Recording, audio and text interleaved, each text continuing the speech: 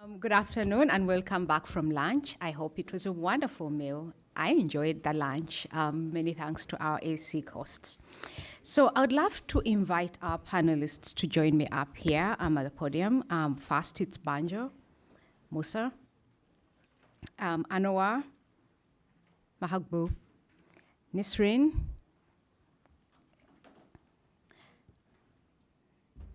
and I know I'm missing one. I'm Sahra, please.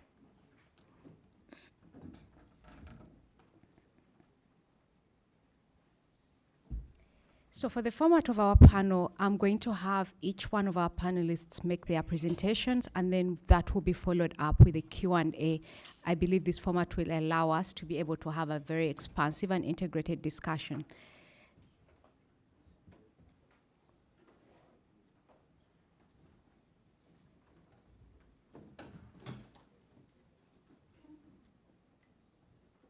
And by the way, you may have noticed that I'm not going through this elaborate description. There is a QR code on the tables.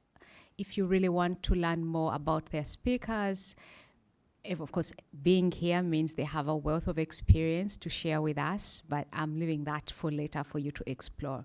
So without wasting any much time, let me please invite Banjor to kick us off with his presentation.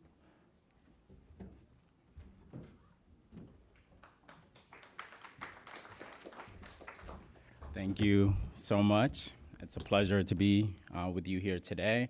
My name is Banjor Musa, and I am a Sudanese immigrant to the US here, and I was born in Sudan. And at the age of 10, I was given this amazing privilege with my family to be here in the US. From a young age, I really like to immerse myself or be in a diverse room to be able to learn from other people. So when I am here, it gives me, when I say it's a privilege, it's an understatement.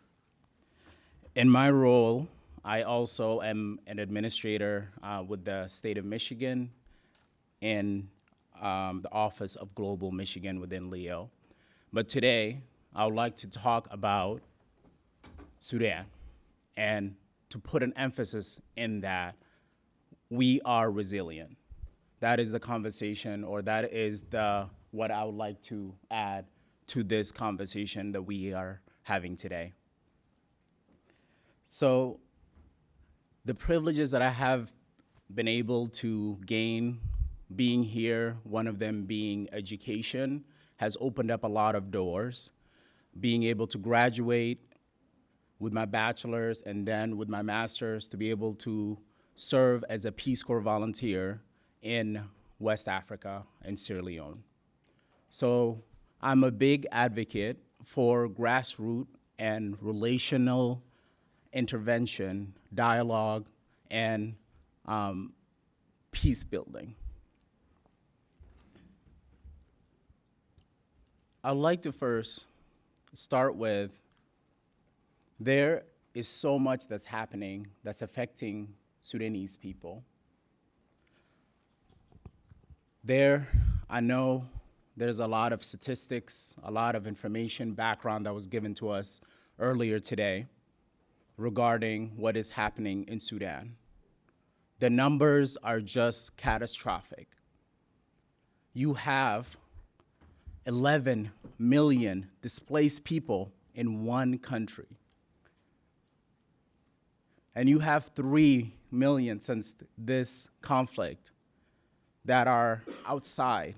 So you have 14 million. Let me say that again, 14 million in the country, in one country. We're not just talking about the whole world, the whole country. The unimaginable things that are happening in Sudan is deeply affecting Sudanese people in my community that I'm a part of, and the people that I continually communicate with and share these experiences that will hopefully be something that will help other people realize the unimaginable things that happen when we don't talk, we don't have the same humanity, we don't share the same views, and we fight because of that. We need to come to the table and talk. So today, I want to share that just yesterday, just to make it simple, yesterday, my uncle passed away because of being tortured by the RSF. This is a personal story I wanted to share. I didn't put this on the script to be able to talk to you because it obviously happened yesterday. And then just 2 days before that, my grandma passed away. Granted, she was at an old age. She still passed because of the health infrastructure that is in the country right now, that there isn't any structure to be able to rely on. There's no health care there that my family and the people that I'm connected to that call me every day to be able to help.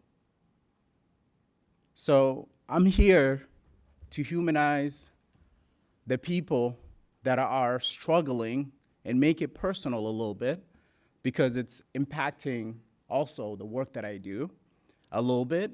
And the reason I do what I do is because it is personal and it is connected.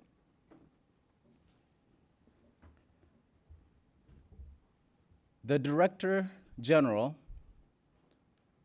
of IOM, International Organization for Migration, Amy Pope, after hearing the Sudanese people, said this is a living nightmare. And I would definitely agree with that. So when you have millions of people displaced, sleeping in the streets, that is something that we need to take account of, draw attention to, have international and community, donor community especially involved in, because there is money, because I see other conflicts have resources. So it might not be because there is no resource, it's just attention, it's not put in that direction and action doesn't follow. So I want to share this quote because it's important. I don't know where I need to, okay, now it's working, thank you. Amy Pope was recently in Port Sudan. And why I quote her multiple times, because I value someone that goes to where the conflict is and to be able to talk to the people and to be able to report back the findings in a way that can benefit and draw attention. So this is the most recent numbers that I was able to get. And I want to read this quote. Hunger, disease, and sexual violence are rampant for the people of Sudan. This is a living nightmare. I just want to let you know that this is a nightmare for so many Sudanese community members. I recently came back from a trip to Egypt. At the end of October, which is a few weeks ago, I was in Egypt. I took my family there to be able to see them and also to introduce them to my little daughter. What I found there was disturbing. The accounts, like Amy described, of Sudanese people suffering in Sudan is unimaginable. I was able to talk to a boy that was beaten for a whole week, burned, unimaginable things that happened to him, and all I can do was give what little I have in my pocket to him. So this is something that is serious and I want to bring attention to, but let you know that we are resilient. To be able to be resilient, you need a way. How I found a way is by creating a nonprofit organization called For Sudan, Inc. We are working towards a brighter future for all Sudanese people. And with that, we were registered in Sudan, and unfortunately, just when our operations was starting to pick up, in 3 areas, 3 projects that we decided to focus on, which is education, health, and business development. And within those specific projects, with education, we decided to sponsor 10 students. That's what we started with. We decided to help a hospital that was really struggling to build a room to be able to take care of the people that are coming in remote areas in the Nuba Mountain. We were able to donate over $5,000 to be able to build that building, to be able to help so many people with health, because that was one of the big things that we wanted to try to be part of the solution for. With business development, we gathered women together, especially women that were very interested in helping each other to thrive in the circumstances that they found themselves in. So we built a sewing club for them to be able to have a way to sew the clothes, to be able to sell, so they can have some way of having an income come in. So those are the 3 ways that we were able to do that. And I'm just really distraught by what happened. But you know what happened after that? We were able, this is what hope looked like. We were able to start a project in Egypt. So when I went there last month, I met with these team members. This is what hope looks like to me. These Sudanese members, even though they do not have much, they come together to be able to help. So in partnership with them, we were able to help Sudanese people that are coming from Sudan to Egypt, as well as continue projects that have switched to now emergency relief. I know I'm running out of time now, but I would like to just invite you to consider partnering with us. And thank you for your support. If you can go ahead and take your phone out. You can visit our website here, or you can donate. There's a QR code on here. You can donate.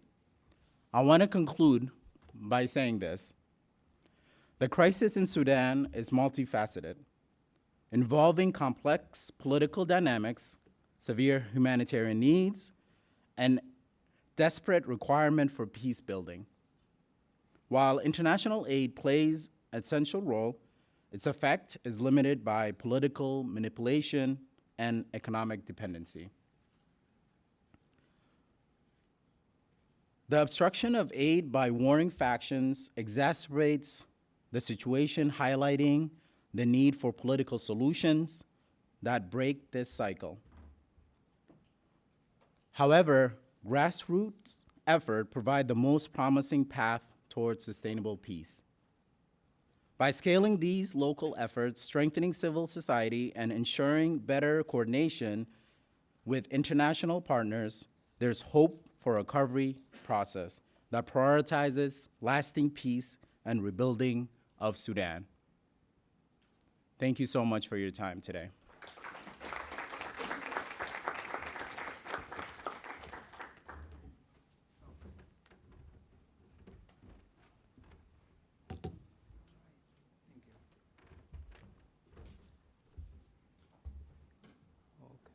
get my slides on.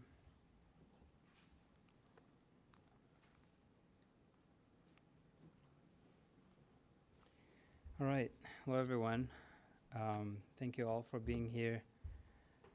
I'm happy to see you all. I'm also very happy to see so many Sudanese. I haven't seen Sudanese in a while.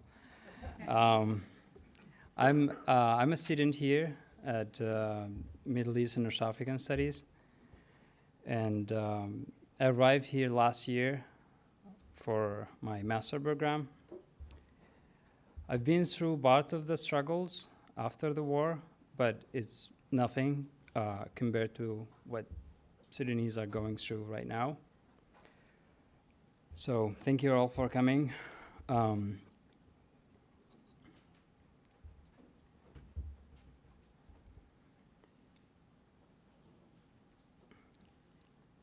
Okay, so the ongoing conflict in Sudan, contrary to what's known and portrayed in the media and the news, this war did not emerge suddenly or without any warning. Instead, it's a culmination of centuries of mismanagement, exploitation, and abuse of Sudan's resources and people, by both internal and external factors and forces.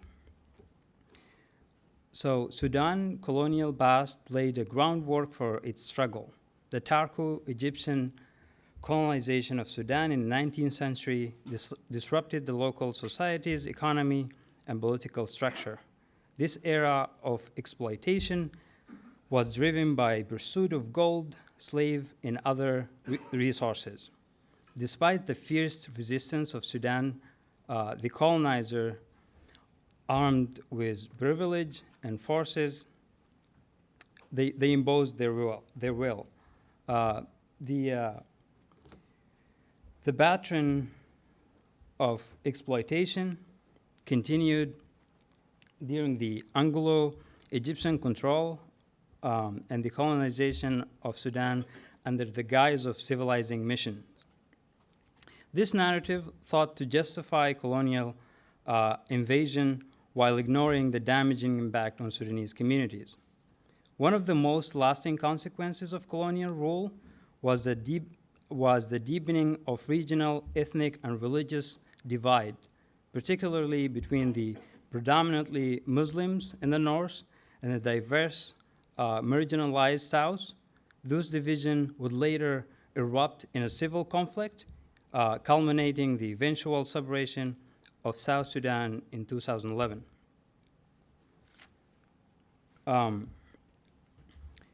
So Sudan independence did not bring peace. Contrary to the country inherited system of inequality and division from the colonial past, fueling cycles of civil war, international sanction, particularly those imposed by the US, added more struggle to those challenges. While those sanctions were intended to pressure Sudanese ruling elite, their most significant impact was in civilians. They exacerbated poverty, they restricted access to essential goods, and they hindered economic growth. The broad sanction also created a long-term hardship for the population and often empowered authoritarian regimes. Instead of weakening the government, those sanctions usually push Sudan into alliance with alternative power like Russia and China, while at the same time they are blocking essential aid and development. Ironically, those sanctions did not necessarily affect foreign investors, or as I call them, new colonizers from the Gulf states. For example, between 2017 and 2019, investors from Saudi Arabia, they were able to import agricultural machinery and establish projects, and they planted and they harvested crops in more than 480 projects. It's almost exceeded the whole country production, while at the same time, Sudanese were in a never-ending line waiting to buy bread that is imported from Ukraine. The international dynamics of Sudan power struggle also play a vital role. Under Omar al-Bashir rule, 30 years, Sudan witnessed a widespread repression and corruption. His regime armed a tribal militias, later was known as the Janjaweed, to suppress rebellions in regions like Darfur. It is also worth mentioning that those conflicts in Darfur originated from simple environmental issues that were related to climate change and could have been handled in a much better ways. Instead, this militia committed terrible atrocities, including mass killing and displacement, which eventually was classified as a genocide. By 2013, the Janjaweed has evolved to RSF, or Rapid Support Forces, officially integrated into Sudan military. And the leader of this militia, as we all know, Mohammed Hamdan Daglo, he continues to destabilize Sudan. Their actions are financed through gold and illicit gold mining also, external support from the Gulf countries, particularly the UAE, in partnership with groups like Wagner groups from Russia. The RSF also had connection and received funds from the European Union in exchange for services related to migration control. Those external alliances fortified the RSF autonomy and made them a powerful destabilizing force in Sudan ongoing war. It's not actually only in Sudan, but that's for now. Ibtisam al-Kadbi, a prominent figure in the Emirat Policy Center, recently remarked that the UAE no longer depends on US for its intervention in Sudan, indicating that their growing influence. She supported her arguments with false claims, suggesting that Sudanese people are indifferent to UAE support to RSF because of shared opposition to Muslim Brotherhood.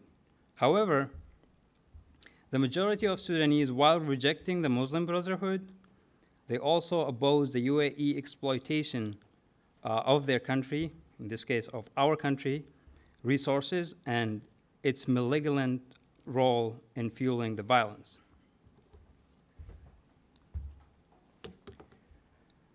The consequences of this conflict are devastating. Over 5 million have been displaced. Probably the number could go as up as 24 million displaced also, and urgently in humanitarian aid. Civilians face airstrike, widespread violence, hospitals are destroyed, leaving injured without care. Schools are either closed or repurposed as shelters. That actually happened in my village. All of this is robbing children of education and hope. The international community response has been fragmented as best. The UN Security Council remained paralyzed by political division, and humanitarian aid and efforts are blocked by bureaucracies and regional power, that is, of course, including the UAE. Further complicate the situation and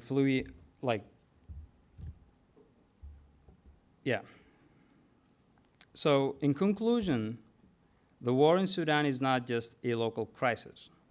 It's a manifestation of global geopolitics, competing international interest, including broad sanction that disproportionately harm civilians, that have deepened the suffering of Sudanese people. If we are to address this humanitarian catastrophe, the world must move beyond self-interest and prioritize the life and the dignity of Sudan's civilians. This is not just a call for action, this is a request for humanity. Let us remember that behind those news headlines are real people, families, and children who deserve peace and chance to live a better future. Thank you.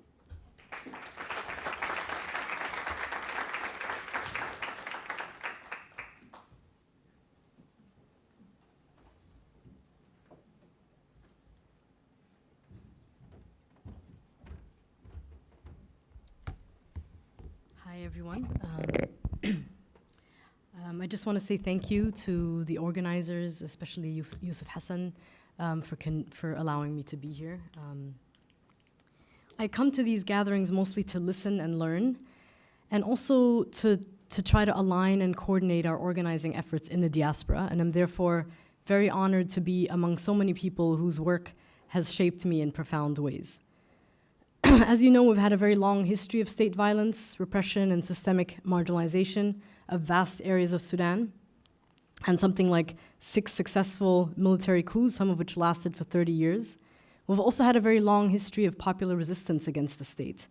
And in that historiography, we tend to center or elevate particular forms of resistance, like the uprising of 64 and 85, over others. And in the last couple of years, I've noticed a tendency to overlook the role of rural organizing and resistance in both mobilizing and sustaining this resistance, which is partly what I'm going to try to highlight today within the context of Central Sudan, because that's where I do my research. But I think looking at other regions like Darfur and South Kordofan is very critical on this point as well. Much has already been said about the socio-political context in which this devastating war has emerged, and I appreciate the groundwork that's been laid by Dr. Khalid and other speakers, in particular, this point that we cannot understand this war without situating it within a much longer history of wars in Sudan and the very formation of the Sudanese state, and without recognizing that this war started when the military coup regime that grabbed power in October of 2021 imploded, with each side struggling not only for political but also economic control of the country, gold, livestock on one side, and 200 plus companies in wheat, concrete, gum Arabic, dairy, et cetera, on the other, that they were supposed to, right, hand over to public oversight, because this context allows the rest of us to kind of reflect and engage a bit more deeply with some of the questions that we've been grappling with. So before I get into some of these questions, I want to offer one framing remark, which is that despite the fact that we're witnessing the world's largest displacement crisis, potentially the world's largest humanitarian and hunger crisis in Sudan, the international media coverage, particularly in North America, has been dismal. And this dismal international media coverage of the war relative to the scale of the crisis has largely failed to capture the socio-political dynamics and historical roots that frame it. And accurate framing is very important in this moment, especially in shaping advocacy efforts and political solutions, because it allows us to understand this war not as a purely internal power struggle between 2 military factions, or even a proxy war as it's increasingly framed, but as a multi-dimensional, internationalized, counter-revolutionary war taking place at different scales that seeks to, 1, uproot and dismantle a powerful popular revolution that erupted in 2018 and its goals, right, which include building a popular democracy from the ground up, 2, to preserve the Sudanese state in its current violent, extractive, militarized form, and 3, to protect the interests of Sudanese elites and their international partners. War, as we know, often serves as pretext and mechanism for dispossessing people of resource-rich land. Sudan's so-called peripheral regions have long served as an economic lifeline for state and business elites at the center in times of crisis, and not only for domestic elites, but also for foreign actors, right? If we think of the twin oil crisis that hit the Gulf in the 1970s, the collapse of Britain's textile industries in the early 1900s. Both instances, Sudan provided a critical lifeline through the labor extracted from Sudanese farmers. And state-driven land dispossession has for decades been facilitated by a legal framework, land and investment laws, right, which we inherited from the British, and investment laws like the Gulf Investment Act that have since only expanded the power of the state to essentially grab customary lands used for farming and herding that they deem unproductive in order to attract large-scale investments in Sudanese land. At this particular moment, the RSF is turning large areas of the Jazeera, in particular in the eastern Jazeera, Sudan's agricultural heartland, into killing fields, as people are being murdered and sexually violated, producing a mass exodus for those who manage to escape. As someone who spent the last decade or so studying state-driven land dispossession and Gulf Arab investments in land in the Jazeera and the many forms of resistance they have inspired, one question I'm grappling with is why are these particular communities being targeted? The famine and food crisis currently unfolding has been decades in the making and is shaped by neoliberal privatization and displacement policies carried out by the former Islamist regime of al-Bashir. This helps explain why 26.6 million people, over half the population, are in dire need of humanitarian aid, food aid, in a country that could easily feed itself and the entire region. Why 730,000 children are suffering from acute malnutrition in a country with vast land and water resources. And in my view, and I'll admit this is largely speculative, I think what we're witnessing is a calculated process of targeting rural communities across the country who actively participated in Sudan's revolution after years, if not decades, of organizing against state policies of land dispossession and resource extraction in an effort to protect and facilitate future investments in resource-rich land. In the Jazeera, this organizing emerged in full force in the mid-2000s, despite parts of the area, not all, traditionally being a stronghold of the former regime. As Dr. Tamir Abdel Karim and Susan Jaspers point out, quote, during the war, the Ministry of Finance pledged all Jazeera scheme assets worth $3 billion to the Agricultural Bank of Sudan in exchange for financing the winter season, which was eventually destroyed by the RSF. This means that the fate of farmers in the scheme is insolvency and might result in the comprehensive seizure of land and assets by creditors, zeroing the scheme's book value for the next buyer. It was in the mid-2000s that Sudanese government elites began soliciting foreign investments in agriculture to offset losses in oil revenue that would accompany South Sudan's likely independence. A few years earlier, the Bashir regime began implementing neoliberal policies to privatize the rural sector in order to pave the way for this restructuring of the rural economy, backed or entangled with hundreds of companies under military control. In a country, mind you, where 60 to 80% of households rely at least partly on the agricultural sector to make a living. A law was passed in the Jazeera in 2005 that dissolved the central management of the Jazeera scheme, one of the largest centrally managed irrigation schemes in the world. And the dissolution of the scheme in 2005 was accompanied by withdrawal of state extension services and inputs like seeds, fertilizers, and tractors for small farmers, and the selling off of all of the scheme's public-owned assets to private investors. Heavy agricultural machinery, tractors, harvesters, the railway, research centers, and accommodations for administrators. The staff of the Jazeera board, which included administrators, researchers, inspectors, etc., was reduced from more than 7,000 to just 74 over the course of 1 year. In thousands of major canals, the doors that controlled the quantity and flow of water were completely removed. Farmers were suddenly tasked with the responsibility of cleaning irrigation canals with very little resources and many quickly accumulated debt due to reduced output and yields. Anticipating this, state elites began offering farmers the opportunity to sell their land at far below market price. And this is when the Jazeera and Managa Farmers Alliance, not affiliated with the regime, had been organizing against it, its privatization policies for years, began to mobilize against predatory land acquisitions, some facing state repression for the first time in their lives as they confronted those responsible. Through a combination of mass mobilization, civil disobedience tactics, legal advocacy in the courts, and collective resource sharing, they helped farmers retain their land and managed to largely stave off a large-scale land grab within the scheme. Gulf states like Saudi Arabia and the Emirates were particularly interested in the scheme's land because of its fertility, proximity to the Niles, elaborate system of irrigation, and readiness for cultivation. But because the scheme was off limits to these elites, they began leasing lands along the edge of the scheme on the eastern side of the Blue Nile and in other parts of the country in the north and elsewhere. From the early 2000s to the outbreak of the current war, the Saudis and Emiratis have invested an estimated $27 billion in Sudanese land, real estate, and infrastructure, signing 32 large-scale land deals. bringing, right, millions of acres under their control, and they now, at least before the war, controlled more Sudanese land than all of Sudan's large domestic investors combined. And while a significant number of these deals have failed to produce active or particularly productive projects, they've allowed Gulf investors to enclose, fence off, and control millions of acres of mostly customary land that had been used by smallholder farmers and herders for the rain-fed farming of food crops and for grazing animals for generations.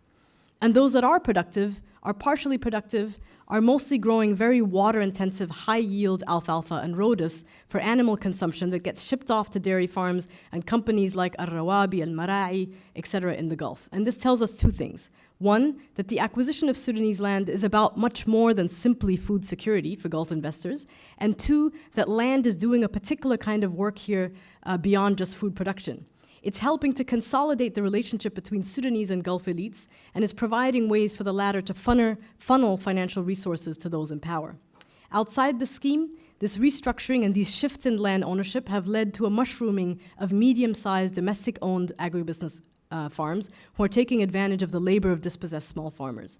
And many of these domestic farms grow cash crops like tomato and wheat, but also increasingly these water-intensive crops for animal consumption that, like their Gulf Arab counterparts, are then exported to farms in the Gulf or used for local dairy farms as well. To put it simply, smallholder farmers are continuing to farm, but increasingly no longer on their own land. And being alienated from their land also means people are growing much less subsistence foods, which has created a dependency on food imports and is undermining local food sovereignty. Over the last decade, if you've traveled to rural parts of central Sudan, you've seen that increasingly rural stores are filled with frozen halal foods and dairy products from the Middle East and local corporate producers, as the local dairy industries have gotten decimated. Speaking to a manager of one of Sudan's largest private companies that dabbles in everything from wheat to dairy to tractors in 2016, I was told that their goal is to put the local donkey man, the person who supplies neighborhood stores and homes with milk, out of business because his milk is unpasteurized, unsanitary, and therefore dangerous. Now, generations of Sudanese people have grown up on this locally produced raw milk, and largely nomadic communities have relied on this local dairy industry to etch out a living. The RSF, which along with the army is now Sudan's biggest employer, has found its most willing recruits among dispossessed herders whose livelihoods have been undermined in this way. And this is a larger 10 to 20-year context in which the current famine in Sudan has emerged, where supply chains have collapsed, where the entry of international aid is being obstructed, producing a manufactured food shortage.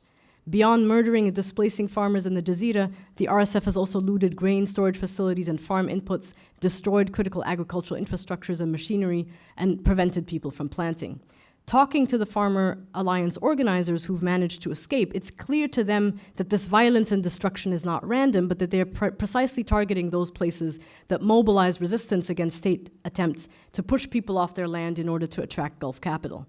In June of 2022, the Emirates signed a $6 billion port deal along the Red Sea, 200 kilometers north of the national port in Port Sudan, where port workers, and this is in Port Sudan, had successfully resisted several attempts by the state to privatize the port. And this project would have included an international airport, a tourist and industrial zone, a water pipeline, a toll road that would connect the port to agricultural projects in the north and center of the country, including Zaid al-Khair, which is a project that I study. It's Emirati-owned. And that project became more legible to me when I began to think of it spatially in relation to this port project.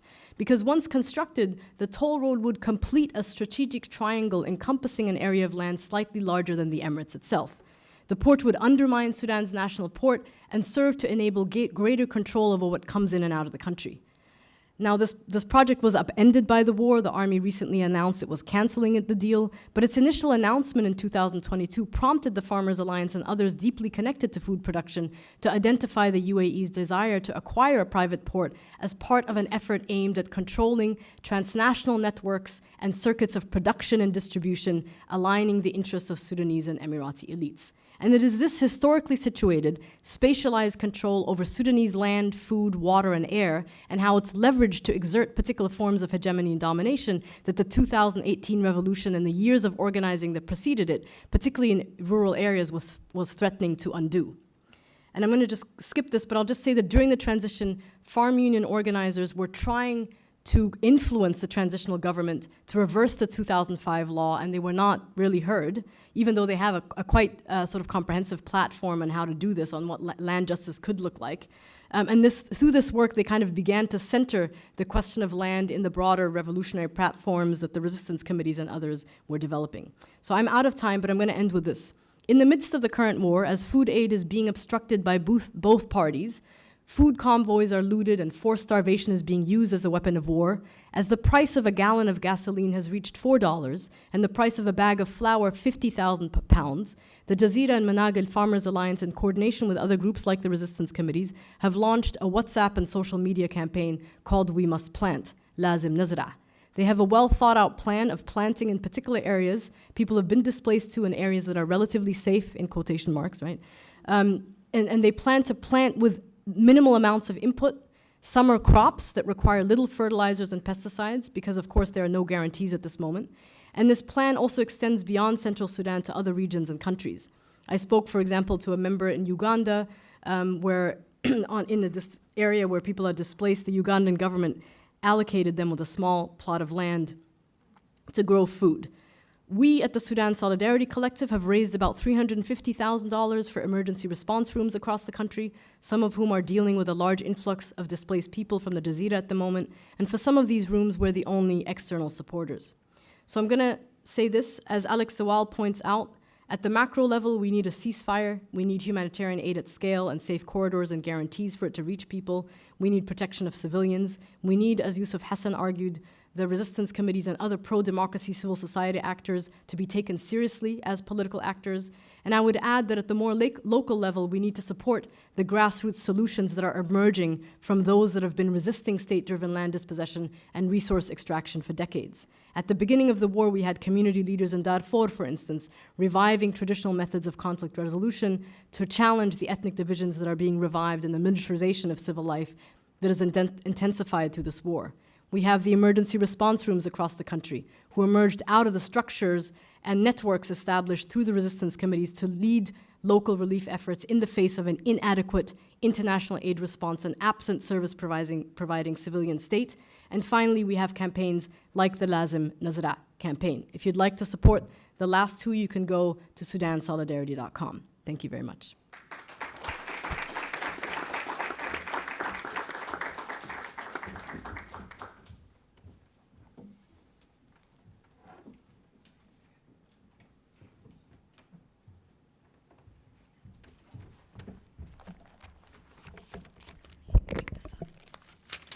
Hello, everyone. Just like Nisrin, I often don't speak on panels, especially amongst rooms of academics and scholars who give so much context to what is happening in Sudan and the conflict and how, complicated it can sound. But my name is Sahra Benjamin, and I am the daughter of Abuk Makwaj, who is the author of Woman Caught in the Crossfire. You may have seen or heard Susan Clark speak about the book. She's also the author of the book, as well as my mother. And the book details my mother's quest for peace in South Sudan during the civil war between the North and the South. And I'm just so proud of her for writing that book, because a lot of times during times of war, the woman's perspective is often left out of the story. So if you get a chance, please get a copy and read the book. I think it's really important to the history of South Sudan. Just a little bit about myself. I attended the University of North Texas and studied international relations with a focus on Europe and Africa. And I do hope to get my master's at some point. However, today I am the co-host and producer of the Ladies of SOSA podcast, also called the Ladies of South Sudan. And our objective is to showcase the experiences, aspirations, perspectives of South Sudanese people, young people particularly, living in the diaspora. And we just discussed a variety of topics that we're experiencing. So the reason why we created this platform is because South Sudan gained its independence on July 9th of 2011. However, just a few years later, in December of 2013, a civil war between the two biggest tribes of the country, the Nuer and the Dinka, erupted, which at the time completely derailed the plans for prosperity and stability for the country of South Sudan. As a result of the war, 400,000 civilians died and even more displaced. And here in the diaspora, people were angry, and rightfully so. When I logged onto social media, on social media, there was a lot of bickering online, especially a lot of resentment towards tribes, particularly the Dinka and the Nuer, which I happen to be from both of those tribes, my mom being Dinka and my father being Nuer. And so it troubled me to log on to social media and having to see the promotion of tribalism and, pretty much promoting further violence on different tribes when honestly we should have been holding the leaders accountable that sparked this war in the first place. So in 2013, I started the Ladies of SOSA talk show, which was a talk show style platform that shared the opinions and perspectives on South Sudanese and the youth on tough subjects such as tribalism. Our goal was to promote healthy dialogue in our community, and at the time the slogan was 5 girls, 5 different tribes, 1 country, in an effort to promote unity and anti-tribalism. So we took a very, very long hiatus, but we came back in 2023, and this time as a podcast. Our goal is still similar to 2023, which is to promote healthy dialogue in the diaspora, and we've retouched topics such as tribalism, colorism, mental health, post-war trauma with our elders who've experienced decades of civil war, and so much more taboo or controversial topics that many people in our community leave untouched. So collectively in our different social platforms, we reach about 50,000 people, utilizing the platform as a form of advocacy. My partner, Christine Ladu, who is also a co-host on the show, she always says that South Sudanese people are often seen but hardly heard. And honestly, the narrative surrounding South Sudan is often about war, famine, trauma, and that is all a part of our story. But we feel like it's very important for South Sudanese and Sudanese to be able to tell their own story in their own words, and not just be the subjects, but be the storytellers as well. So both of my parents are from South Sudan, but I was born in Nairobi, Kenya, as Susan noted in her presentation. And due to the civil war between the North and the South at the time, my family was forced to seek refuge in neighboring African countries. So my brother was born in Rumbek in South Sudan, my sister born in Ethiopia, and I was born in Kenya. And then we migrated to the United States in 1994 when I was 1 year old. And as we all know, and as we can see, Sudan is no stranger to war. The war between the North and the South lasted nearly 30 years and took the lives of 2 million people and displaced 4 million, becoming the longest and the bloodiest civil war in Africa. In July of 2011, 90% of South Sudanese voted in favor of separation from the North, creating the world's youngest country, the Republic of South Sudan, where I'm from.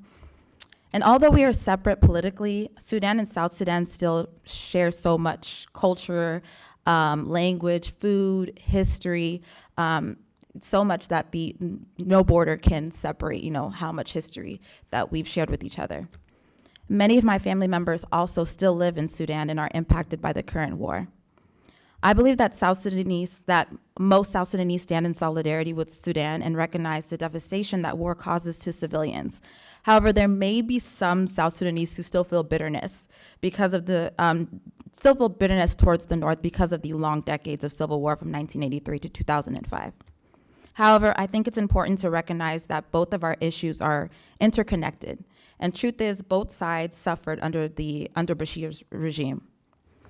I want to read a comment from one of our Sudanese viewers on the Ladies of SOSA social media platforms, and they said, "I am Sudanese from the North. I want to tell you that we love you. We too were victims for a long time of the same regime that we threw out in 2019. Our struggle continues. Remember my words." So although there are nuances between the current conflict in Sudan and the civil war that erupted in South Sudan shortly after we gained independence, the common theme is the same. Just like the 2013 South Sudanese civil war, the current Sudanese conflict is a power struggle between the elites. In both countries, the power players of the war are often left unscathed, while the innocent civilians experience the full devastation of war. Women being raped as a weapon of war, children suffering, children becoming orphans, and the civilians experiencing food insecurity, displacement, death. The conflict has also sparked another wave of violence in Darfur, where both Sudan Armed Forces and the Rapid Support Forces are fighting for control of the region. The Darfuri civilians are again at risk of genocide. And I remember in the early 2000s when I was just a kid, me and my family attending the Free Darfur rallies in both Midland, Texas and DC.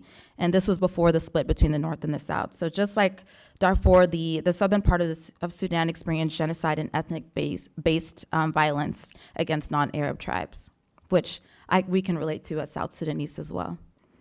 So over 20 years, Darfurians are still at risk of genocide, and I think this is a testament to how much our stories are interconnected. So the reason why we're here, Sudan is experiencing a severe humanitarian crisis, but most of the world has turned a blind eye. I think it will take a collective effort to push for advocacy and put more eyes on Sudan. From a grassroots level, social media has been utilized to bring public attention to the Sudanese crisis, but also to crowdsource evacuation options in humanitarian aid. I've seen many Sudanese in diaspora use the hashtag #KeepEyesOnSudan to share updates about the conflict and brainstorm medical and housing options for those who have been injured or displaced. When I received the breakdown of the symposium, honestly, I struggled to answer the question, what are the best practices on the ground for meaningfully addressing the crisis in Sudan? What can we do to scale and expedite peace? I'm not a politician or a policymaker, and I also don't consider myself to be an expert on Sudan or the South Sudanese conflicts. However, I do come from a family that was deeply impacted by civil war. And I also have a platform called the Ladies of Sosa again, where we learn from the diaspora and hear their experiences and their struggles and how they navigate, being the post-war generation. So, and I think that's another reason that maybe people turn a blind eye to injustice or genocide, because they feel like it's too big. There's nothing that they can do. They feel helpless.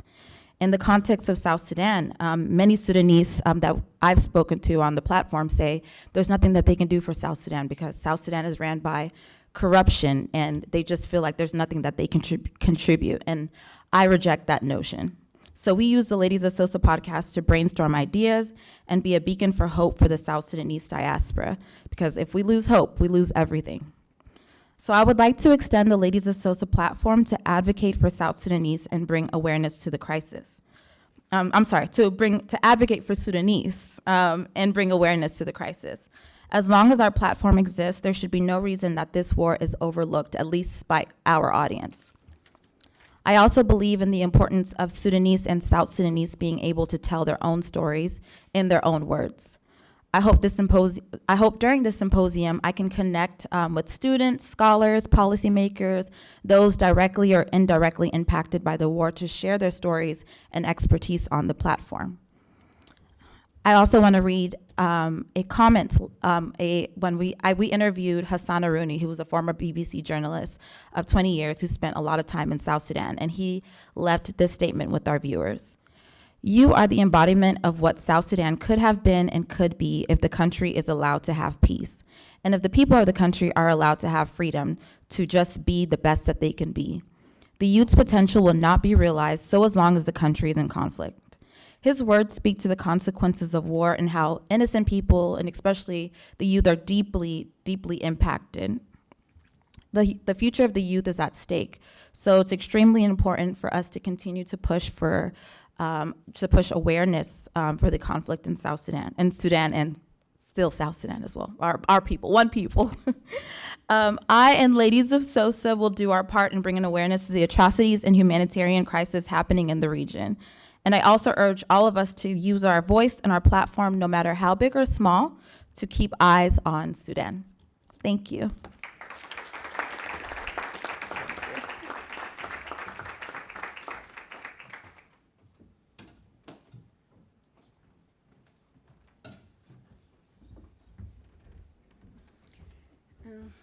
Thank you, Sahra. And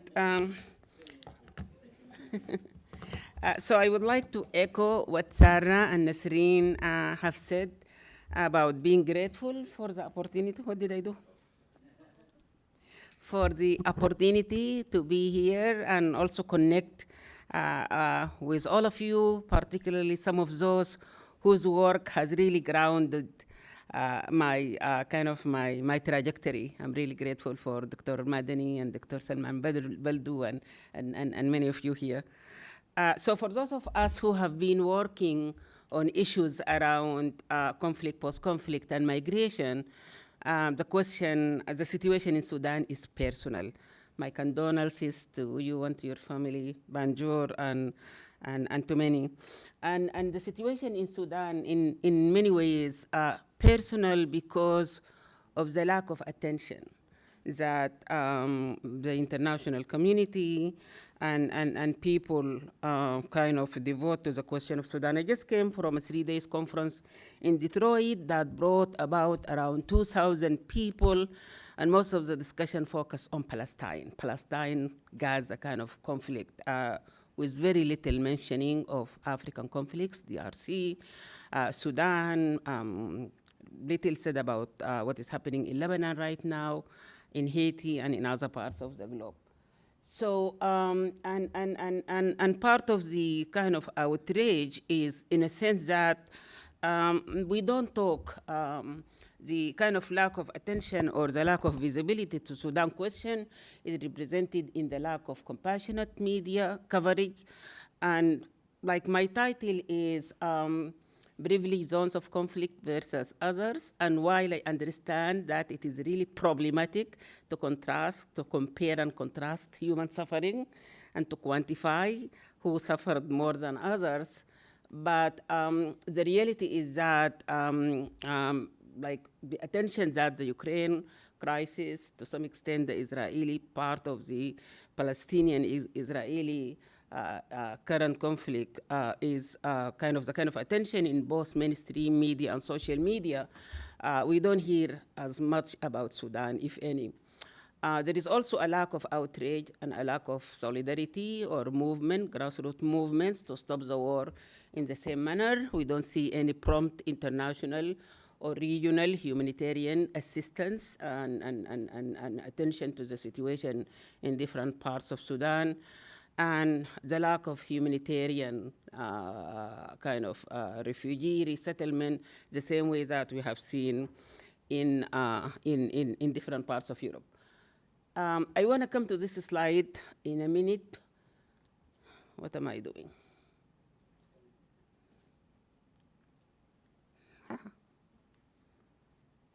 Is it froze? Am I holding it wrong?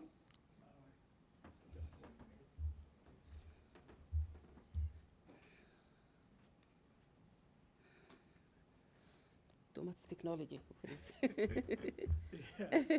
Yeah. So what should I do now? So, and I don't want to read this, but these are like a representation of why is the war in Sudan is not visible or has not been treated the same. And I would love this, I'm sorry, yeah. And I'm going to leave these kind of media kind of examples for why the war in Sudan has not been prioritized the same way as the conflicts are. The CBC senior foreign correspondent had to apologize, and I understand that there was another CNN reporter that apologized for, in many ways, reiterating the same sentiments that Ukraine is white, it's European, and it's not like other conflict zones. The Australian minister who used to be the interior minister, he is a hardliner, and as part of his kind of regime, he enacted very anti-immigrant policies, particularly deporting many Afghan activists to go back to the Taliban. Many of them were persecuted upon their return. And he is saying also the same thing. Ukraine is white, and white lives matter, right? And so the reason for the absence or coverage of Sudan issues, we cannot take the global south, global north dynamic out of that equation. We cannot take race, we cannot take privilege out of this equation. And this is not just true in terms of the coverage of the international community. If we look at the compassionate or the form of coverage within the Arab media, the question of race and ethnicity is equally important. I remember when the war erupted in Sudan, many of the Al Jazeera correspondents were struggling to mention or to pronounce the name of the cities and the name of the people, even though we all speak Arabic, right? And so the ethnic and religious and linguistic kind of distinctions played a role in the way how the conflict has been depicted and portrayed regionally and globally. But I really cannot stop without talking about how we in northern Sudan have looked at previous conflicts that took place in Sudan. The South Sudan, and you were so generous, Sahra, to kind of share your wisdom and not to, you said that some of the listeners or the participants were sympathetic. I'm assuming others are not, and they have every right not to be sympathetic. But we didn't have any media coverage, and we used the lack of media coverage and lack of awareness in Khartoum, in other parts of Sudan, that we didn't know what happened in the south. We didn't know what happened in Darfur. It is our responsibility to know, right? So if we look at all of these three components that I problematize as the Western versus the Sudanese kind of lack of attention, I think it's really important also to consider our own complicity. And as academic and scholars, we have to take kind of accountability, ethically speaking, about how these kind of different conflicts, not just in Darfur, in South Sudan, in Upper Nile, in other parts of the conflicts, and what kind of role should we now play in ensuring that there is a more solidarity, there is a more cohesive kind of understanding of how this conflict played out. Now this is personal to us, right? My family home was destroyed, similar to you. Many of us lost many family members directly or indirectly as a result of the war.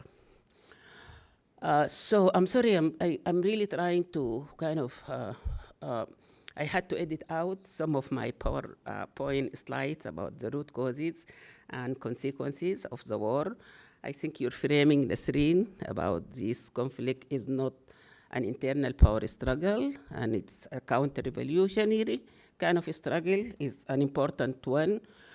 But in my own work, I use feminist kind of discourses and perspectives of invisibility, and how these help us to understand how certain people issues are prioritized and as well as kind of highlighted as a main activist platform as well as policy agenda at the national, regional, and global levels.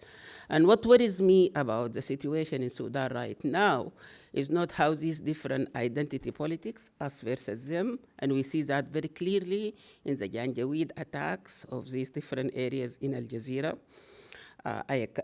My family is from Sinjar, and our people are actually now running out to wherever they could outside Sinjar.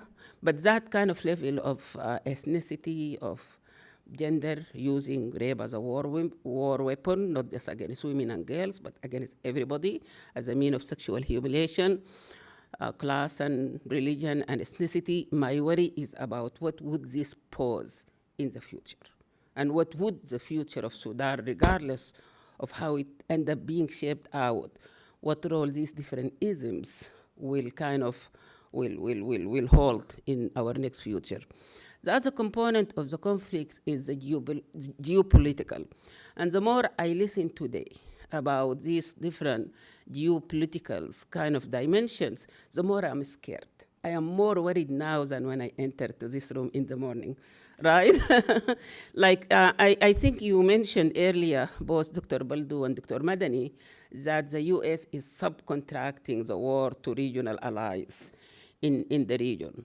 And Ambassador Wright, in many ways, the fact that Saudi, Egypt, and Emirat are the ones who are going to be kind of leading in any ways, like having a lead role in peace talks or in post-conflict resolution measures, scares the heck out of me. Because all of these are not acting in good faith. I think that has already been established. None of them have interest in the sustainability of kind of peace and security and stability and development in Sudan. And we know that for a variety of reasons, right? So, excuse me? And democracy, absolutely. It's a major threat to those in the Gulf, in Saudi, and in other parts of the MENA region and beyond.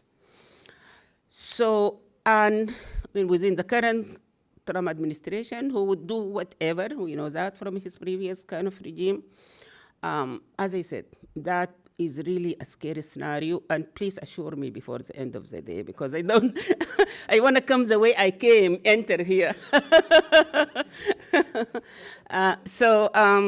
But all of these were mentioned in lots of details, the actual significance of how this played out and will play out under the unpredictable regime.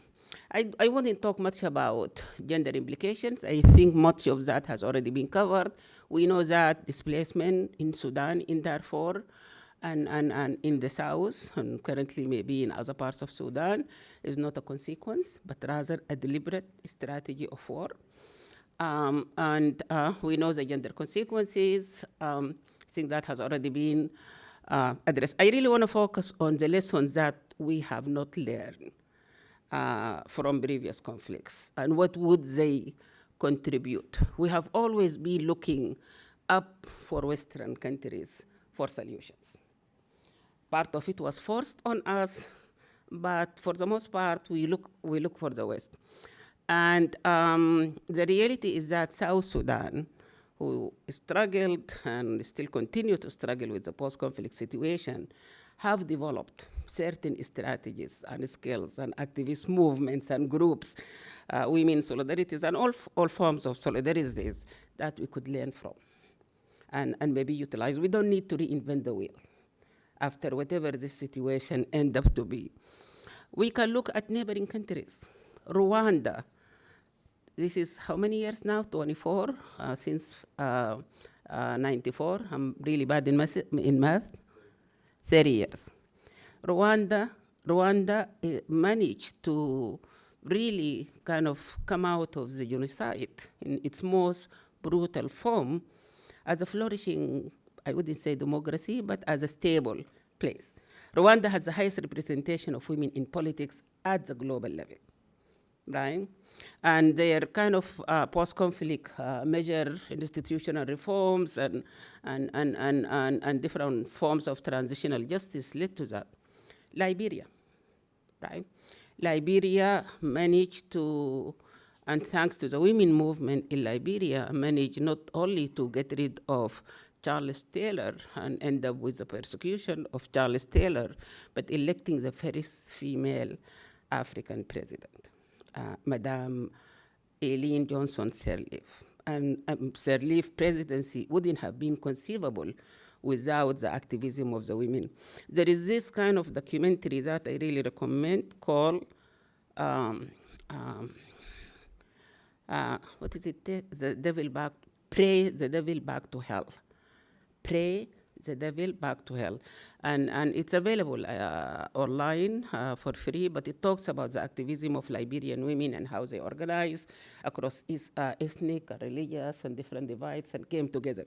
So what I'm trying to say is that we do have examples within our own kind of countries, within our own communities, We have regional examples within Africa itself that we could, and that might be more kind of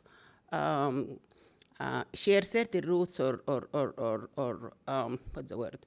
Similar kind of cultural and other dimensions, and closer to the way that we can address this Sudan conflict afterwards, God willing, and that we can draw on rather than rely on some of these measures and peace-building measures that are imposed by the West and by the United Nations and its group. I think part of the lessons that we have learned is absence of accountability. And I think many of these dictators know that they can get away with this mass killing. And the large number of people they kill, then they have more powerful kind of status within the negotiating table. And then they can dictate the games of who would be exempted from persecution for war crimes or not. And we have this scenario several times in many previous conflict zones. The future. I'm scared to say the future is democracy, and I'm scared about so many. Usually I'm not this kind of a scared person, I swear. But talking about the future, democracy, which democracy? What democracy? Maybe democracy works in the United States. The majority of people voted for Trump. It was peaceful. It wouldn't have been peaceful if he didn't win, but at least it's peaceful, right? But it's democracy in what sense? It's a democracy by targeting political opponents. It's democracy by waging a war on the press. It is democracy by appealing to the ill and educated. I don't want to use any derogatory word. Part of the woke culture, but by many uneducated, uninformed constituents. So when we talk about democracy in Sudan, what kind of democracy are we talking about? I think in many ways, and you speak about that, Nisrin, in your writing, about the counter-revolutionary aspect of the war, that democracy in Sudan is a baby, because we never had an opportunity to practice democracy and draw our own lessons from these democratic kind of failures and steps. The US has been a democracy for how many hundreds of years, and look at you guys, you got it right. Right? So that's another component. So I know the time. I usually try to look at the positive or sugarcoat my presentation and uplift the people and end with a positive note. Instead, I'm ending with some questions here. The situation in Sudan, it will depend on immediate external response. Is the international community willing to stop the war, Ambassador? Would it hold its military support to authoritarian regimes, not just in Sudan? This has been a global phenomena. Italy, UK, name it, Brazil. Would they persecute military dictators and their supporters? And I actually have mixed feeling about persecuting military dictators by the ICC because of that sense of selective justice and who get to be persecuted and who does not. But an internal peace-building measures, institutional reforms, I think that's the way other conflicts in many kind of developing countries or global South countries, in Latin America as well, this how was kind of attained, education, addressing the root causes that caused the conflict in the first place, so that this would not lead to future conflicts. So, in the meantime, as the war continues, I will say my 2 cents about positive spin. But it's not a positive spin. It's not a blind positive spin. I think that wars and displacement does not only destroy the physical infrastructure. I think it kills, it destroys and it displaces the value system that sustained communities for generations. And that destruction opens spaces for renegotiations, for conversations, hopefully for reconfigurations of some of these power structures and power imbalances that led to the conflicts in the first place. And in only that kind of scenario, I can hope and imagine that we'll be able to address and negotiate and discuss our relationships with our neighbors just across the border and around the globe about which direction our country is going to lead. Thank you.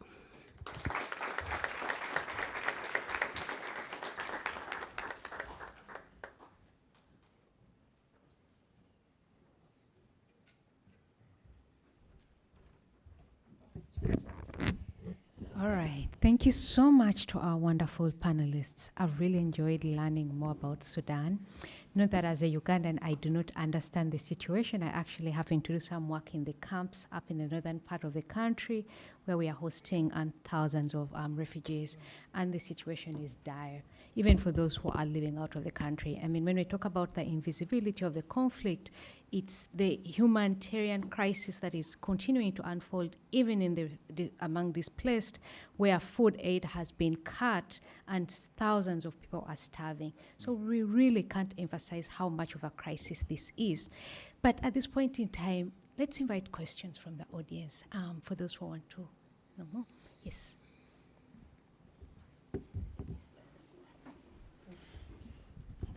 Thank you so much. The question is, Dr. Nisrin. So one of the narratives of this war is all about the NI. I mean the regimes, the Islamist regime elites being part of this. But what you have talked about in Al Jazeera scheme is, I think, goes back to the elites, both civilian and military, that the 1956 state elites. My question is about the 2005 Jazeera scheme law. What did the transitional government do to that scheme? I mean, the law of the 2005. What I'm asking about is, I think that the elites have continued the pattern of basically selling everything to the UAE and Saudi Arabia. And it's not only the Islamists, it's actually just switching sides between from the old regime to the new regime, while continuing the interests, the business interests and economic interests of these elites, and getting rid of Al Jazeera scheme and the agriculture and means of production, outsourcing them or actually selling them to the Gulf. Yeah, I mean, I think you answered your own question, maybe. Yeah, I agree. I mean, I think part of what was disillusioning for example, the Jazeera and Managil Farmers Alliance was that there was hope during the transition for civilian elites to really take seriously the grievances of dispossessed small farmers. The Kanabi associations also have a platform of that sort of deals with what land justice could look like, and that none of these really well thought through alternatives to the Jazeera, the 2005 law and the sort of privatization, neoliberal privatization policies were taken seriously. Instead, there was this kind of renewal of austerity, of neoliberal reforms, of attracting, of sort of uplifting this investment model as the solution to the problems that were actually exacerbated through privatization policies rather than ameliorated. And so, yeah, I mean, I think that's part of the problem even now, is that the mechanisms through which this war is supposed to end have continued to undermine and marginalize the voices of civil society that are most impacted and marginalized by this war. And people aren't being taken seriously as political actors. I got invited during the transition to, try to, influence land policy, land justice. And I said, why would you get somebody from the diaspora who has not lived in Sudan to shape that kind of policy? The Jazeera and Managil Farmers Alliance, the Kanabi associations, are the best positioned to recommend and shape these kinds of policies, and they are not given a seat at the table. In fact, I think many of us from the diaspora needed to take a step back during the transition and to create spaces for those who have been struggling for land justice and land reform to take center in order for land to be centered as a key issue in whether it's the Constitution, whatever was being debated at the time. It needed to be centered, and it was not centered enough, I would say. Yeah.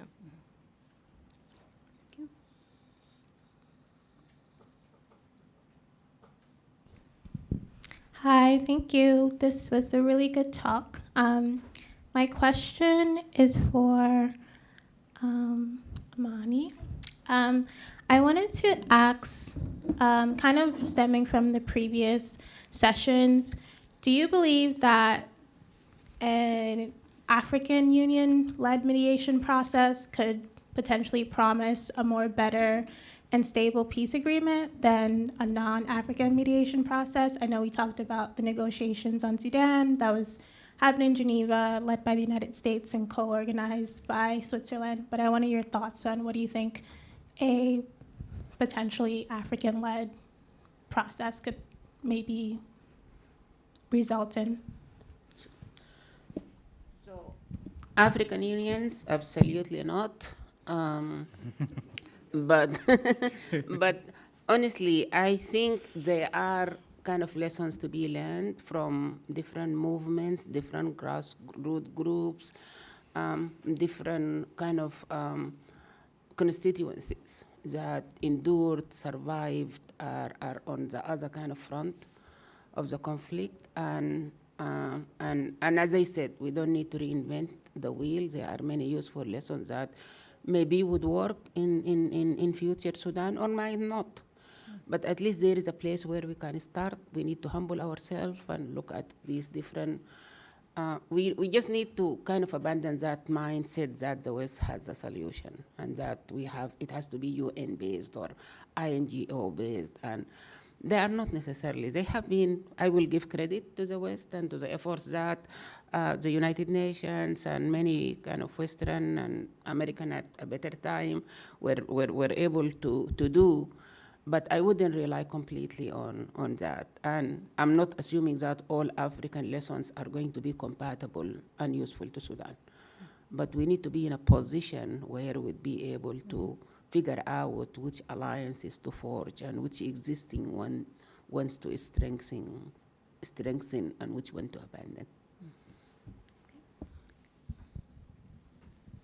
Hi, thanks to all of you panelists. I want to ask Anwar a question. This is based on a conversation that we had outside the conference. But listening to all of you talk about sort of grassroots efforts and different kinds of local organizations has made me think about these resistance committees. And so I wanted to ask Anwar, because if I understood you right, you were a member of one of them, is that right? And are they still active in a way that could be supporting kind of, I don't know, distribution of aid and that kind of thing in the area that you know about? Okay, so I would say no, they have been, let's say, demonized by the existing remains of the Muslim Brotherhood, because they were part of the transitional government. And so right now, if you state that you are were from the resistant committee, that, that's not a good idea, because they might arrest you. Because they've been in this war. There are a lot of I don't know, media war between the Freedom Change and the hidden remains of brother Muslims. And so it's not a safe thing to state that. Can I just add one thing to that? It's not quite, I mean, I think It is important to note that the emergency response rooms, of which there are hundreds across the country, did emerge out of the structures and networks of the resistance committees. And so many of them are led by people who are members of the resistance committees, and without the already established networks, they wouldn't have been able to mobilize so quickly. And they're very much at the forefront of relief efforts. They're turning, defunct schools into shelters. They're driving ambulances. They have ad hoc emergency clinics. They rape crisis centers. I mean, all kinds of things. And that's what the Sudan Solidarity Collective has been raising money for.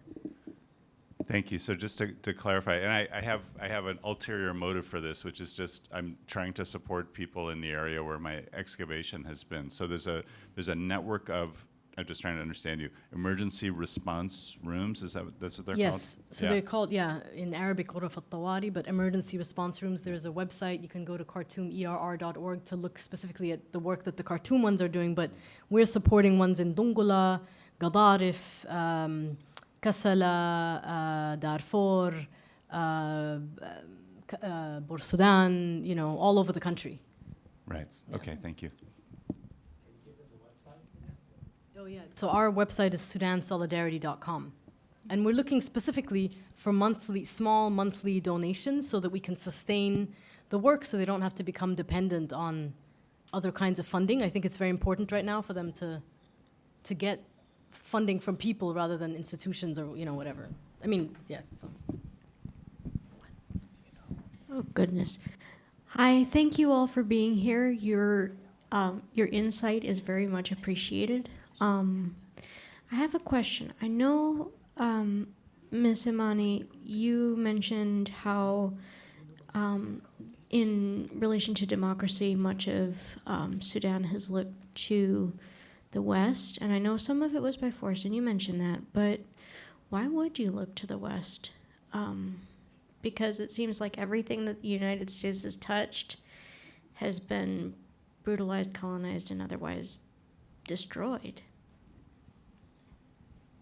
I think it's not just us looking up to the West, and I think that's a colonial conditioning that many people in the continent have this kind of, what do I want to say? It was deeply entrenched in certain cultures that it's the funding comes from the West, that the IMF, the World Bank, these different kind of, the UN is a Western to a large extent kind of stuff. So it's not just people waking up and seeking the West, but some of these are also pushed upon countries like Sudan and the Global South. We are talking about the solution and who the US, what would the US or who would the US delegate to handle the issue in Sudan? Why is that the US business, right? So it's just this kind of imperial global hegemony that whether we like it or not, the West has in other parts of the globe, and Sudan is no exception.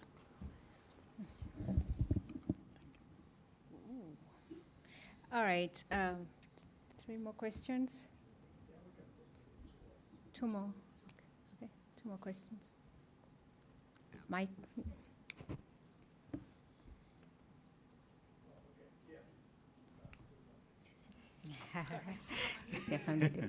Sorry, thank you so much. This is really great. Dr. Nisrin, I just wanted to ask you a little bit more about the counter-revolutionary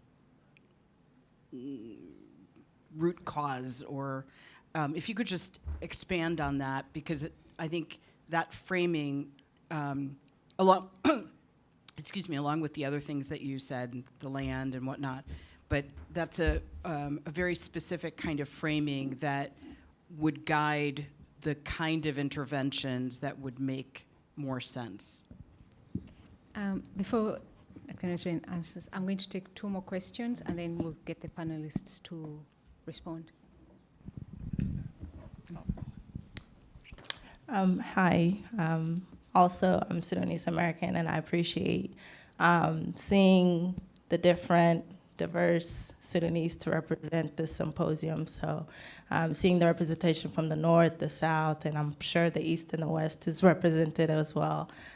So my question is, it's mainly for Banjor and Sahra, but anyone can chime in.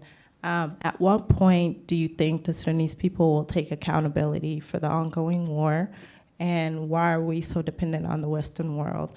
And I directed this question to Sahra and Banjor because I'm sure you come from South Kordofan area and you from South Sudan, and you've dealt with the unfairness that the North has projected on you with racism, socialism, classism, whatever the ism is.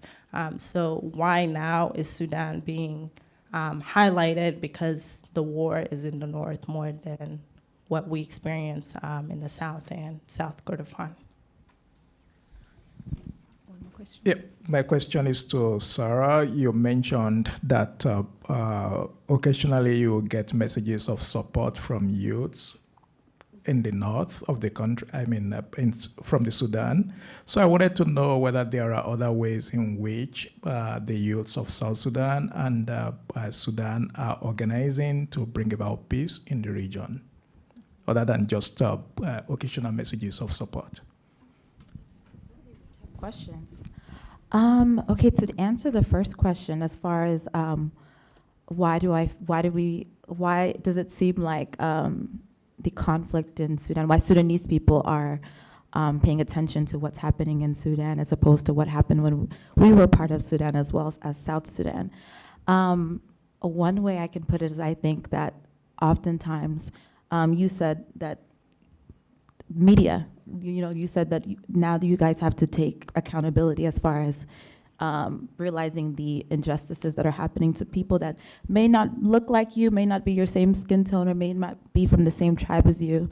But I also do think that with the current conflict that happened in South Sudan, a lot of the young people are now upset they're now upset with the government of South Sudan. Like we no longer have a lot of bitterness to Sudan because now we are inflicting the same violence to our own people.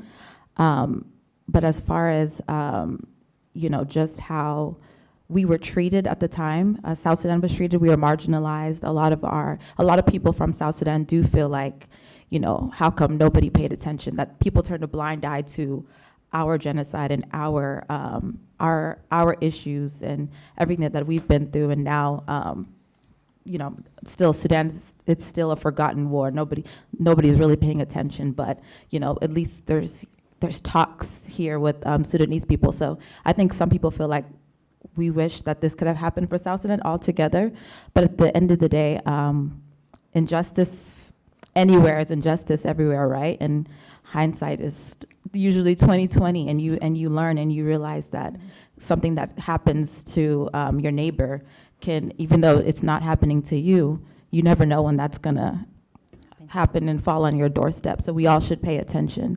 I don't know, I think that I answered it a little bit everywhere, but did I miss any part? Go ahead, I think I missed your question, Professor. Yeah, my question is about young people. Yeah.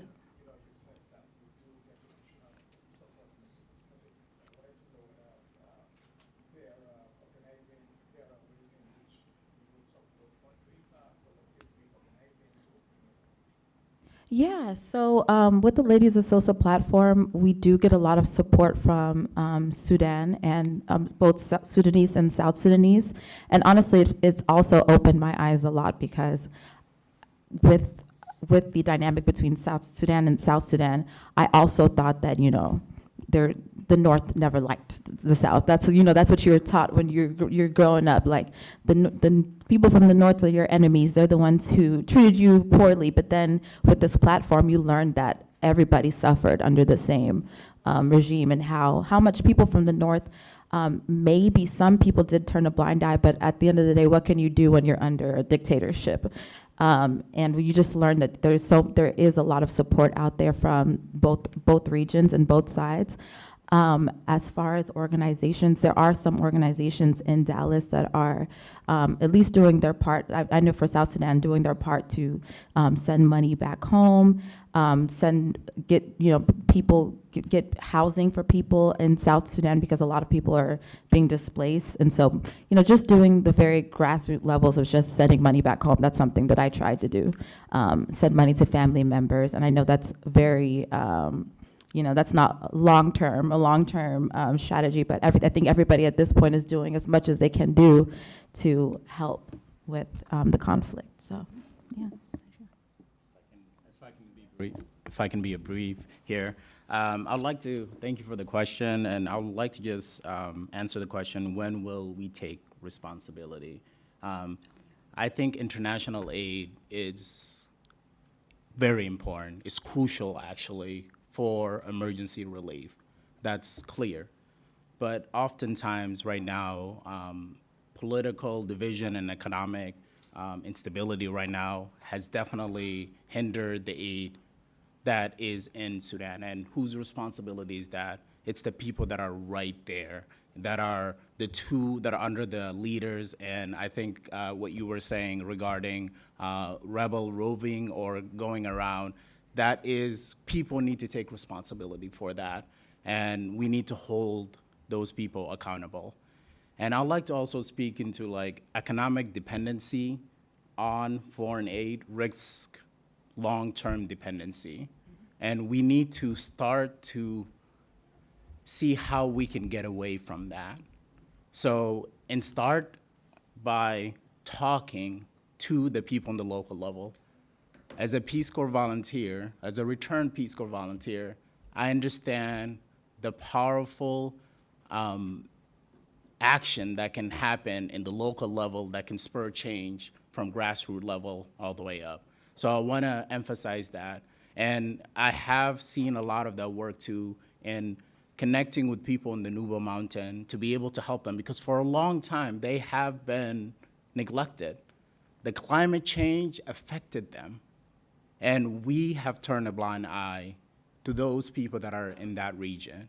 So if we go and talk to the people that are affected and come up with solutions that we can scale up, I think that's the best way for a solution and can give the most promising future for all Sudanese people.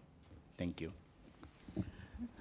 If I could add something about your question, and I will try to be honest, in terms of accountability, there are some people in Sudan who are still defensive about the systemic discrimination that ethnic groups in Darfur, in Upper Nile, in other parts of Sudan have experienced. And there are some who are still defensive about that, and we didn't know about it, we haven't participated directly in it, it's a government, it's not us. There are some people who acknowledge that we in the North have benefited from a system that was built on the marginalization, racial discrimination, and religious, and all of these kind of historic discriminations that has been going on and continue to go on in Sudan. And as a result, we are complicit in that. We never challenge it, we never but we did benefit from the system. We had infrastructure, we had education, we had health service, this is why you see the disparities in terms of human development, and by human, I mean human people in northern Sudan in comparison to others. The third group, who might not be defensive or taking responsibility for it, this war is a teaching moment, and it's a teaching experience for many. Sudanese in most impacted area now for the first time experiencing what it means to be the other, what it means to be the one who's running for their own life, leaving everything that they have kind of worked for or accomplished behind and starting from scratch. So when I say that the wars, it's not just the destruction, but hopefully it will open that kind of soul searching and empathy and responsibility, not kind of as a worthy thing, but as a real kind of human experience. Yeah, I think just to follow up on that, I think the Sudanese state has been counter-revolutionary from its inception, right? And so I always tell my students to look at the Taurid mutiny and the circumstances around it, right? And the ways that not only the Sudanization process, but also the violent response to non-violent labor protests by South Sudanese that were, squashed, and in order to prevent a kind of state from emerging that would not marginalize and oppress, vast, like the majority of the country really in these so-called peripheral regions. And so I think, and certainly after al-Bashir was ousted, you could immediately see the counter-revolution working. After, with the massacre of the sit-in, the formation of the transitional government, where it was always, power was always tilted in favor of military elites. I think the ways that after the coup, the 2021 coup, UNITAMS really framed, Burhan and Hemeti as potential reformists, rather than kind of heeding the call of the resistance committees to not, negotiate or legitimize them. And of course, these are two individuals whose war crimes span decades, right? We have not, and I think it's true. I mean, I talked to, some of the people in my family who did not learn about the 2.5 million people who were killed in the two phases of the civil war in Sudan, primarily South Sudanese people, and we have not come to terms with that, right? And so I think, for me, the counter-revolutionary framing is important because the resistance committees put out a revolutionary charter for what a popular democracy from the bottom up could look like, right? And it's in English, you can find it online. It's called the Revolutionary Charter for Building People's Power. And it was built, that charter was built through a very dynamic and consensus building process. And again, they were never taken seriously as political actors. The revolution was not allowed to take its course, as you said as well. And I think, for me, part of it is there have been many, many forms of negative intervention in Sudan, and those all need to end. And then we need to allow the young people who are at the forefront of the revolution, not the civilian elites, but the youth who are really on the streets, who are continuing to coordinate these relief efforts through the emergency response rooms. We need to trust that they can take, the lead in building Sudan's future, which will hopefully look very different from the past if we grapple with this issue of accountability, right? If we grapple with how do we change the school system to also support, right, this kind of the tendency of people to have this historical amnesia around the army, for example. I mean, the army is full of war criminals and has always been, and yet somehow now they're being put up as a protector of the people, right? Which is, anyway. I was just gonna add, sorry, like one point is that as a person from the north, we were also heavily subjected to like a lot of propaganda. The previous Bashir government had more than 7 channels, and then all of that is just propaganda. So back at school, somewhat around like the 2nd grade or something, things were all right. This is like around 2001. We were in the school, we had like poems, something like Mango, La Aasha Man Yafsuluna, and a lot of good poems that connect south and the north. But then after that, everything changed, and we as normal people, the TV is controlled by this, and then also the war in Darfur, the genocide, we didn't hear about that. I didn't hear anything until 2013. I found smuggled books. One book, I think it was Massy Darfur from Abdulaziz Barakasakin, and that's where I knew like how much atrocity were happening there. And so I'm not saying that we don't have like agency, but then we're also blocked just like the South Sudanese. Thank you. All right, please let's thank our panel for the very illustrious learning lessons.